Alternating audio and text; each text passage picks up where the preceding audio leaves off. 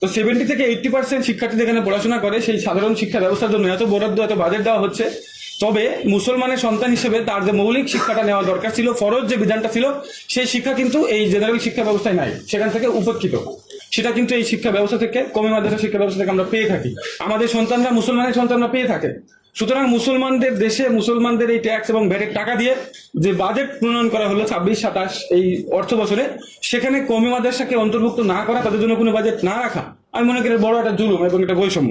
কারণ আলেম সমাজ কর্তৃক আয়োজিত কওমি তরুণদের বাজেট ভাবনা শীর্ষক গোল টেবিল বৈঠক, শুরুতেই আয়োজকবৃন্দ এবং উপস্থিত সম্মানিত তরুণ আলেমবৃন্দ, সাংবাদিকবৃন্দ, সবাইকে শুভেচ্ছা জানাচ্ছি।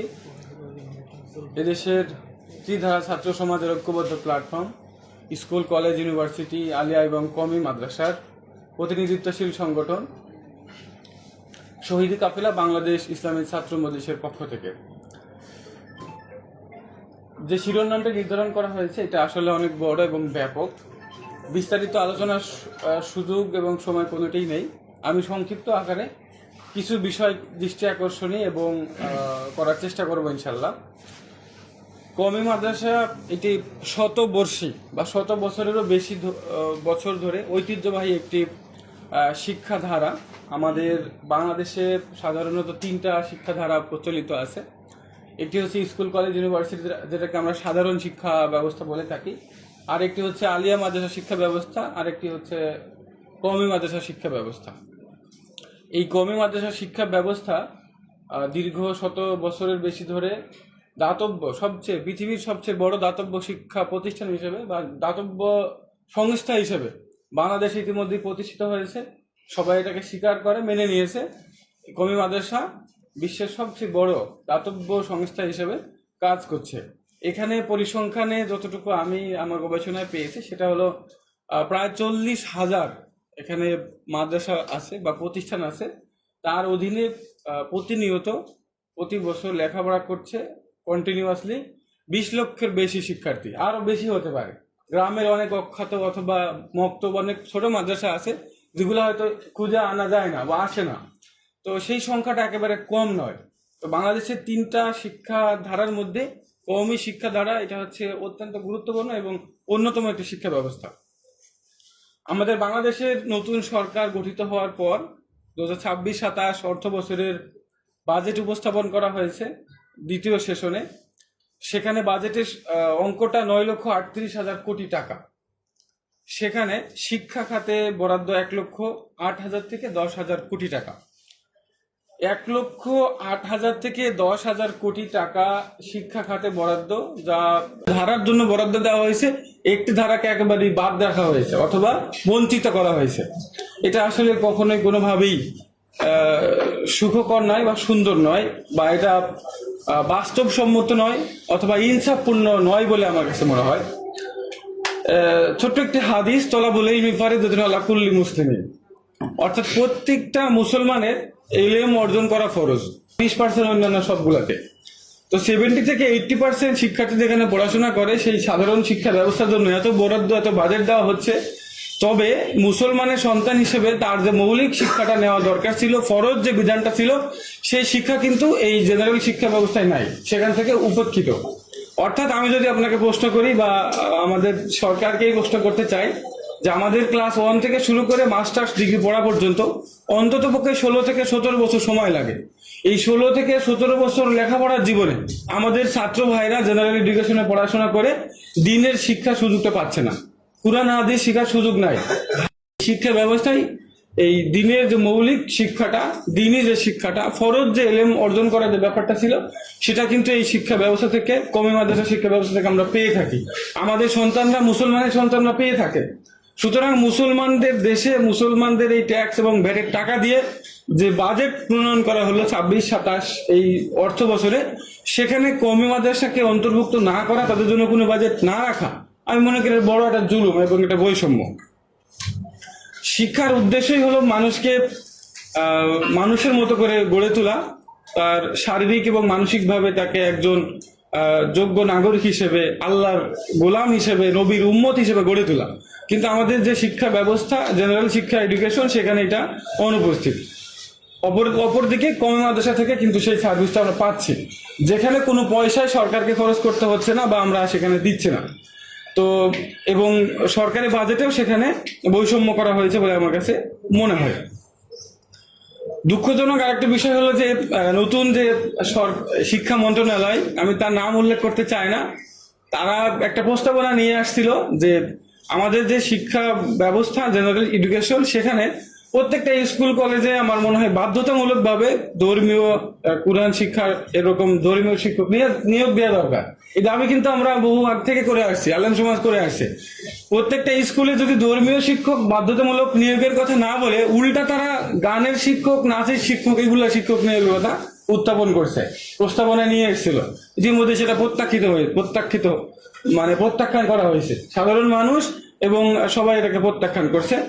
ইতিমধ্যে তারা বাধ্য হয়েছে সেটাকে বাদ দিতে। যাই হোক, আমাদের কওমি মাদ্রাসার যে অঙ্গনটা আছে, এই কওমি ওলামায়ে কেরাম, এই শিক্ষার্থীরা দেশের জন্য রহমত, দেশের উপকার করছে, ক্ষতি করছে না। দেখেন, আমি কয়েকটি উদাহরণ দিতে চাই। প্রথমত, কওমি মাদ্রাসার সাথে সম্পর্কিত বা কওমি মাদ্রাসা থেকে পড়াশোনা করে যে সমস্ত শিক্ষার্থী বা যে সমস্ত আলেম মধ্যপ্রাচ্য থেকে ইউরোপ, আমেরিকা, পৃথিবীর বিভিন্ন দেশে তারা কর্মে নিয়োজিত আছে। বিভিন্ন দেশে তারা ইমাম এবং মুয়াজ্জিন হিসেবে চাকরি করছেন এবং অন্যান্য অনেক পেশায় তারা চাকরি করছে বা ব্যবসা করছে। তো সেই আলেমরা কওমি মাদ্রাসা থেকে পড়াশোনা করে বিদেশে গিয়ে যে রেমিটেন্স পাঠাচ্ছে মুয়াজ্জিন অথবা ইমামতি অথবা অন্য যে কোনো চাকরির মাধ্যমে, সেই রেমিটেন্সের সংখ্যাটাও প্রতি মাসে 150 কোটিরও বেশি আলেমরা বিদেশ থেকে আমাদের দেশে রেমিটেন্স পাঠাচ্ছে। অপরদিকে যদি বলে, আমাদের দেশের সূর্য সন্তান যারা কোরআনের হাফেজ, তারা প্রতি বছরই বিদেশে যাচ্ছে, গিয়ে কোরআন তিলাওয়াতের প্রতিযোগিতায় সম্মানের সাথে আমাদের দেশের লাল সবুজের এই পতাকাকে সবার উপরে উড্ডীন করে ধরছে এবং পুরস্কার হিসেবে অনেক টাকা, লক্ষ লক্ষ কোটি কোটি টাকাকে তারা দেশে নিয়ে আসছে। এভাবে করে আমাদের দেশের সূর্য সন্তান হাফেজে কোরআন এবং আলেমরা যারা বিদেশে ইমাম মুয়াজ্জিন চাকরি করছেন, অন্যান্য কাজ করে দেশের টাকা পাঠাচ্ছে। আমাদের দেশের মানুষের নেতারা হচ্ছে দেশের টাকা বিদেশে পাচার করা, অথচ কওমি অঙ্গনের আলেম ওলামা এবং আমাদের শিক্ষার্থী ভাইয়েরা হাফেজে কোরআন, এই সূর্য সন্তানরা দেশের টাকা বিদেশে পাচার করে না, বরং বিদেশ থেকে টাকা দেশে নিয়ে আসছে, রেমিটেন্সের সহযোগিতা করছে। সেই আলেমদের রেমিটেন্সের উপরে ভিত্তি করে বাংলাদেশের সাধারণ মানুষের, মুসলমানদের রেমিটেন্সের টাকার উপরে ভিত্তি করে যে বাজেট তৈরি করা হলো, সেই বাজেট বরাদ্দে কওমি মাদ্রাসাকে অন্তর্ভুক্ত না করা, আমি মনে করি এটা অনেক ধরনের বড় একটা জুলুম। বাংলাদেশ ইসলামী ছাত্র মজলিস কওমি মাদ্রাসার এই যে ধারাকে সমন্বিত ধারায় নিয়ে আসতে, সম্মানজনক তাদের অবস্থান নিশ্চিত করতে দীর্ঘকাল ধরে 90 সাল থেকেই আমরা সনদের দাবি করে আসছি। 2017 সালে এবং সর্বশেষ 18 সালে প্রজ্ঞাপন জারির মাধ্যমে তৎকালীন আওয়ামী লীগ সরকার শেখ হাসিনা কওমি মাদ্রাসার দাওরা হাদিসকে মাস্টার্সের মান দেয় এবং এটা প্রজ্ঞাপন জারি করে। আমার মনে হয় সেটা ছিল একটি শুভঙ্করের ফাঁকি। শেখ হাসিনা ওই সময় কওমি জননী উপাধি নেওয়ার জন্য, পরবর্তী ইলেকশনে ভালো রেজাল্ট করার জন্য সে এই সনদের কথা উল্লেখ করে গেছে বা বলে গেছে। আসলে সেই সনদের সরকারি কোনো অফিসে, আদালতে, চাকরির এই সনদের খুব বেশি মূল্যায়ন নাই এবং দাওরার নিচেও কোনো ক্লাসের সনদ নাই, উপরেও কোনো সনদ নাই। এই সনদটা আসলে শুভঙ্করের ফাঁকি আমার কাছে মনে হয়। তো সেটা আমাদের কোনো কাজেই আসছে না এই মুহূর্তে। আমরা এখন দাবি করছি সেই সনদের পূর্ণাঙ্গ বাস্তবায়ন চাই। বলা হয়েছে দাওরা হাদিসকে মাস্টার্সের মান দেওয়া হলো, মাস্টার্সের মান নিয়ে সাধারণ শিক্ষার্থীরা, অন্য শিক্ষার্থীরা যে সুযোগ পাবে, রাষ্ট্রের পার্লামেন্ট থেকে শুরু করে সর্বনিম্ন পর্যন্ত সকল সেক্টরে কওমি মাদ্রাসার শিক্ষার্থীদের সেই সুযোগ দিতে হবে। আমরা সেই দাবি করে আসছি বা দাবি করছি আজকের এই প্রোগ্রামের মাধ্যমে। এতিম, অসহায়, দরিদ্র, এই দরিদ্রদের এই মাদ্রাসা শিক্ষা ব্যবস্থা আশ্রয় দিয়েছে, খাওয়ার ব্যবস্থা করছে এবং শিক্ষা দিচ্ছে বা শিক্ষাটা নিশ্চিত করছে, যা রাষ্ট্রের দায়িত্ব ছিল। আমাদের সংবিধানের 15 অনুচ্ছেদে স্পষ্ট বলা আছে, মানুষের মৌলিক চাহিদা হিসেবে 5টা জিনিসকে উল্লেখ করা আছে: অন্ন, বস্ত্র, বাসস্থান, শিক্ষা, চিকিৎসা। শিক্ষাটা অন্যতম। তো রাষ্ট্রের দায়িত্ব হচ্ছে বাংলাদেশের প্রত্যেক নাগরিককে শিক্ষা দিবে, এটা রাষ্ট্রের দায়িত্ব। সেখানে রাষ্ট্র দায়িত্ব নিচ্ছে না বা পালন করছে না, এই কওমি মাদ্রাসার যে শিক্ষা ব্যবস্থা, এই শিক্ষা ব্যবস্থা তাদেরকে এখানে অন্তর্ভুক্ত করে সেই কাজটা করছে। রাষ্ট্রের পক্ষ থেকে সেই কাজটা করে দিচ্ছে, রাষ্ট্রকে বরং সহযোগিতা করছে। বিশেষ করে আমরা কওমি মাদ্রাসার যে অবদানের কথা বলি, আর কওমি আলেমদের যে অবদানের কথা যদি বলি, ব্রিটিশ বিরোধী আন্দোলন থেকে শুরু করে 2024 পর্যন্ত সকল আন্দোলন সংগ্রামে দেশের স্বাধীনতা এবং সার্বভৌমত্ব রক্ষার ক্ষেত্রে আলেম সমাজ, কওমি অঙ্গন সবসময় ভূমিকা রেখেছে।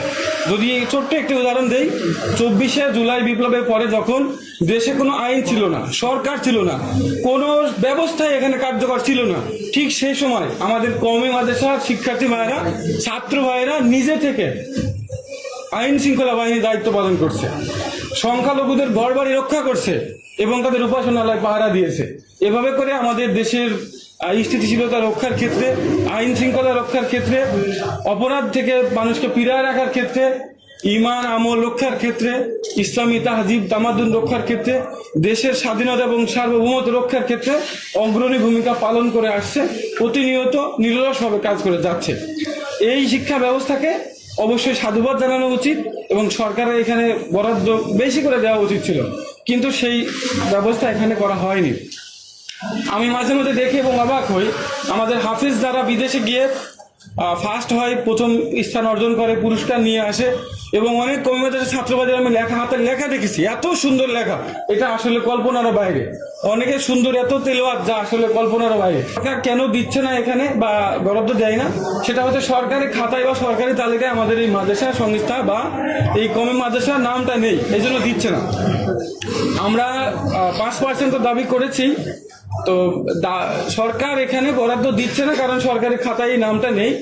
আমার কাছে মনে হয় একটি সমাধান হতে পারে যে আমাদের আবেদন থাকবে, দাবি থাকবে সরকারের কাছে, একটি কওমি মাদ্রাসা শিক্ষা কমিশন গঠন করে একটি কওমি বিশ্ববিদ্যালয় অথবা জামিয়া কওমিয়া নামে একটি বিশ্ববিদ্যালয় প্রতিষ্ঠা হবে, যেটা স্বায়ত্তশাসিত হবে, স্বাধীন হবে।